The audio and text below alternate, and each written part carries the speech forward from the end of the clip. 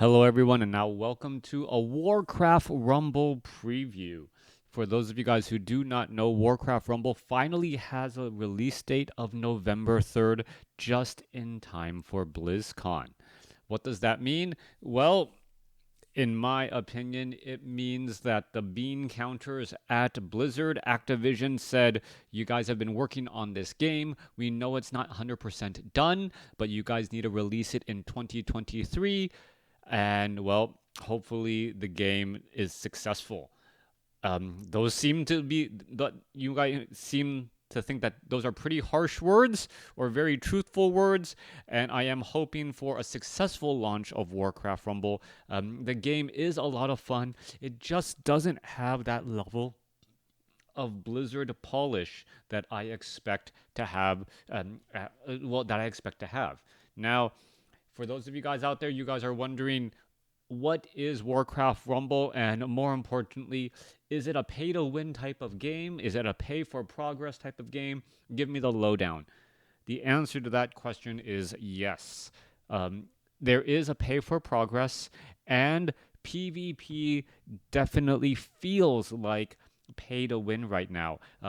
There were some changes from the early alpha that I was experimenting with, and I had said that PvP felt very balanced. That no longer feels the case.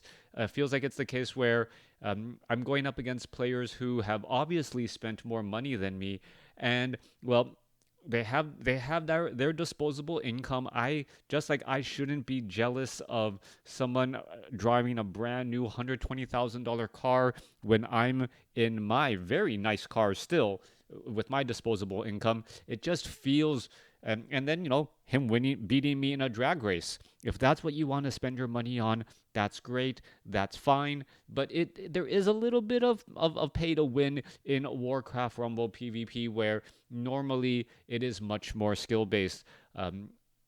I've been going up against units that have 2 levels or higher against me. Me having level 6, level 7 minis going up against level 8, level 9, and every level increases, well, the amount of damage they do and the amount of damage they're able to take by 10%.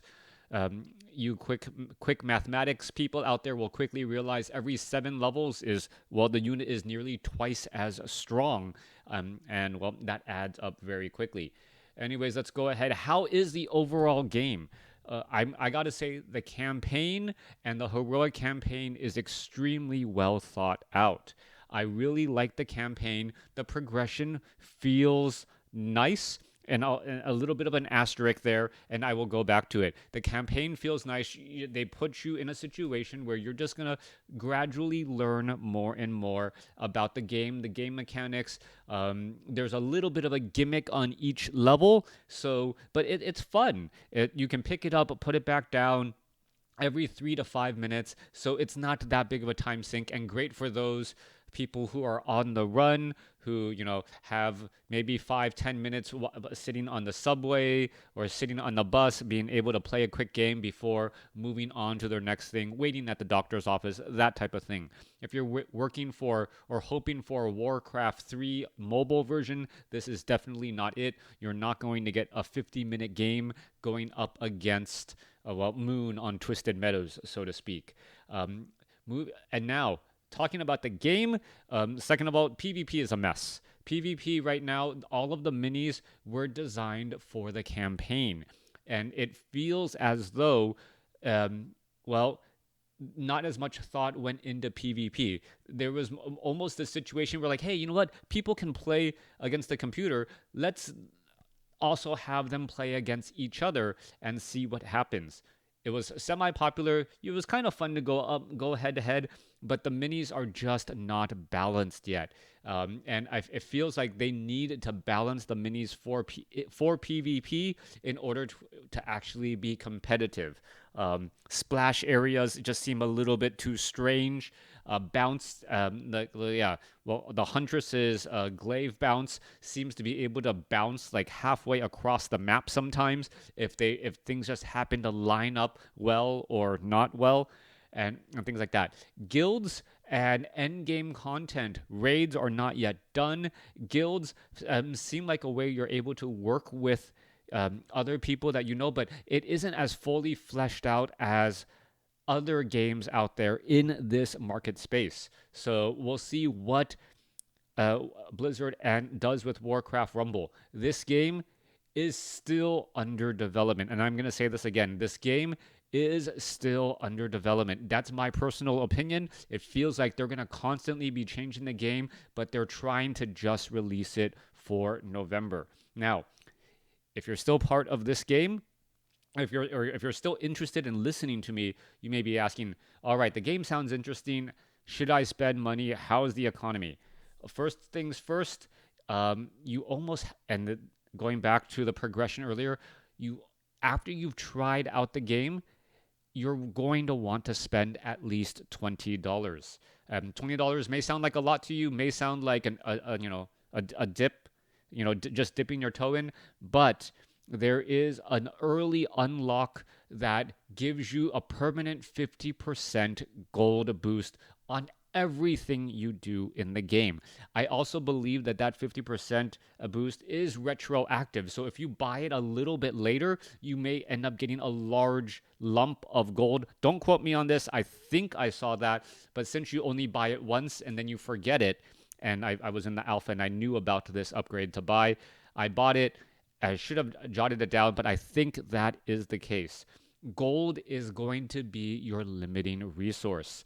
And this goes on directly into the economy of the game. How does the economy of the game, how does the game outside of the game feel? When I say game outside of the game, anyone who has gone into this collectible level up type game knows that there's the actual game where you're placing miniatures or your characters on the battlefield and fighting, but there's also the game outside of it. How does that economy feel? And it feels like Blizzard um, really missed the mark on this one.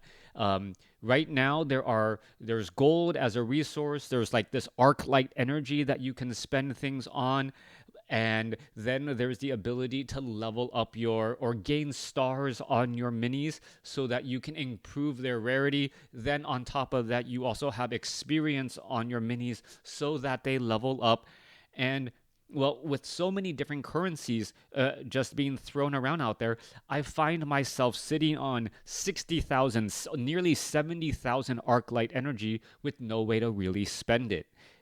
It doesn't feel like it's really thought out or fleshed out yet how the actual economy works. Gold is going to be your limiting factor.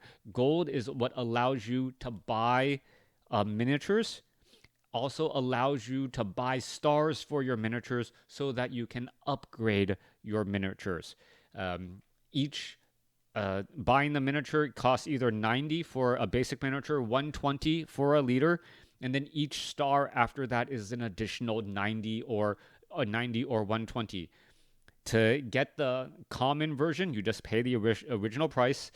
To get to the uncommon version, you need 3 stars.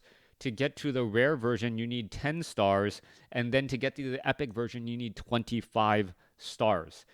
Well, 25 times 90, right? You're looking at north of north of 2,000 gold, I believe, my quick math. And you earn gold at a rate of 1,200 a week if you get the 50% boost.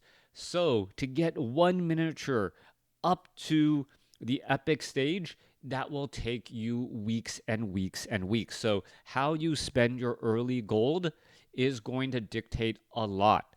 Gold is incredibly important.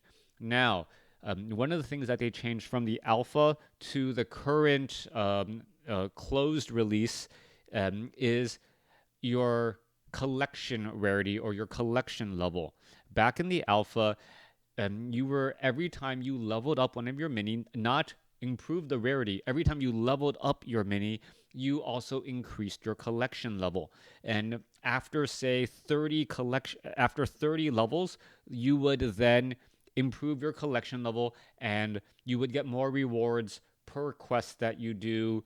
Right. It's just a way of being able to level up again.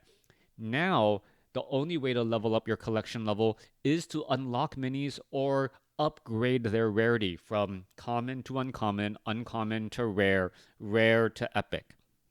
Well, uh, because of that, mini experience doesn't matter nearly as much.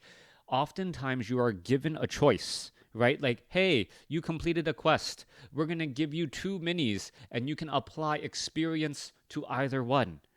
In the alpha, even if they gave you two minis that you don't use, you can say to yourself, you know what, I'm gaining a lot of experience, and by leveling up these minis, I'm leveling up my collection level, and by leveling up my collection level, I can then um, increase my progress other ways. Now it just feels like, hey, rolling the dice, we're gonna give you experience to two minis that you really don't care about, and and the catch up mechanic on it is almost moot as well, because once you start having level 15, 16, 17 level minis, being given the choice of leveling up your level 10 minis, you're not going to really be able to put enough experience into those minis to actually make them viable in any of your decks. So it's one of those what I call negative play experiences. The game gives you a choice, and everything sucks, and you worked hard to unlock this choice, and it happens often enough to where it feels like I made no progress earning this particular quest or unlocking this particular home. Very very just negative overall. So now that I've been harping on this game, you might be thinking to yourself like, wow, like I'm pretty harsh. Should I even bother trying it? And well, I gotta say, anyone out there, you know what you're getting into. A lot of these mobile games fall into the pay to win or pay to progress category. Now, this game is still extremely well done. It is fun, and it's very great to just pick up and put down if you're at the doctor's office, or waiting to pick up your kids from school, or trying to ignore your parents by going to the bathroom and playing on your phone for a little bit. However you want to play, 3 to 5 minutes, pick it up, put it down. It works. It is a fun game, but I wanted to let you know what you're getting yourself into. Now, the main game is great. Placing down the minis, having them march along the battlefield, and then trying to figure out what strategy you can use to beat the opposing boss on that particular stage. That part of the game is fun. And I'm sure they're going to continue to crank out with new levels and create additional ways to play. I have no doubt about that. That's going to be great. What I do think Blizzard is going to change, however, is that game outside the game, the economy, the unlocking of minis, how you level up your minis, how you level up your accounts. Those are all things that Blizzard can tweak in this, what I will call a freemium game, but really, you get to play for free, and then once you pay your $20, which is the absolute minimum that you should pay if you're really trying to invest yourself in this game, as it just speeds up your progression so much. Yeah, all that. So let me know what you guys think. I wanted to create videos. I wanted to showcase different battles, and I realized, you know what, if you guys want to actually see gameplay videos, you guys could go ahead and look at those videos. Find them on my channel, find them on other channels. But these were my thoughts on the game, and hopefully you guys can make an informed decision come November 3rd and beyond. Until next time, thanks for watching, thanks for listening. Hope you guys enjoyed it.